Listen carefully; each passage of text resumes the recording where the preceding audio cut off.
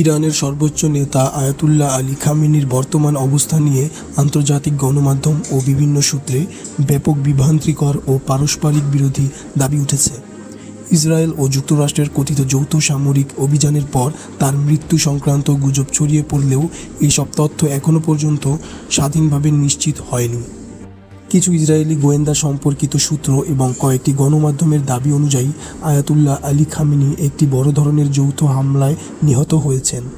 এইসব দাবিতে বলা হয়, ইসরায়েল ও যুক্তরাষ্ট্রের সমন্বিত অভিযানে একটি গুরুত্বপূর্ণ সরকারি কমপ্লেক্স লক্ষ্যবস্তু করা হয়, যেখানে তিনি অবস্থান করছিলেন বলে ধারণা করা হয়। ইসরায়েলি সংবাদ মাধ্যম চ্যানেল 12 এবং আন্তর্জাতিক সংবাদ সংস্থা রয়টার্সকে উদ্ধৃত করে কিছু প্রতিবেদনে আরও বলা হয়, হামলার পর ইসরায়েলের প্রধানমন্ত্রী বেঞ্জামিন নেতানিয়াহুকে নাকি খামেনির মরদেহর ছবি দেখানো হয়েছে। এছাড়া হামলার পর ধ্বংসস্তূপ থেকে মরদেহ উদ্ধার করা হয়েছে বলেও দাবি করা হয়। তবে এইসব দাবির কোনোটি এখনও পর্যন্ত স্বাধীন সূত্র দ্বারা নিশ্চিত করা হয়নি। আন্তর্জাতিক পর্যবেক্ষক ও বিশ্লেষকদের মতে এই ধরনের সংবেদনশীল তথ্য যুদ্ধকালীন ইনফরমেশন ওয়ারফেয়ার এর অংশ হতে পারে, যেখানে উভয় পক্ষই মনস্তাত্ত্বিক চাপ তৈরি করতে ভিন্ন ভিন্ন তথ্য প্রচার করে থাকে। অন্যদিকে ইরানের রাষ্ট্রীয় সরকার সমর্থিত গণমাধ্যম যেমন তাসনিম নিউজ এজেন্সি ও মেহের নিউজ এজেন্সি এসব মৃত্যুর খবরকে সম্পূর্ণভাবে মিথ্যা বলে প্রত্যাখ্যান করেছে।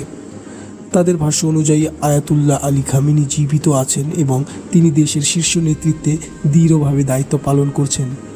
ইরানি গণমাধ্যম আরও দাবি করেছে, চলমান উত্তেজনাপূর্ণ পরিস্থিতিতে তিনি দেশের সামরিক ও রাজনৈতিক নেতৃত্বের সঙ্গে সক্রিয়ভাবে যোগাযোগ রাখছেন এবং রাষ্ট্রীয় সিদ্ধান্ত গ্রহণ প্রক্রিয়ায় অংশ নিচ্ছেন। আন্তর্জাতিক সংবাদ মাধ্যম আল জাজিরা জানিয়েছে, বিষয়টি নিয়ে বিভিন্ন পক্ষ থেকে আসা তথ্য একে অপরের সম্পূর্ণ বিপরীত।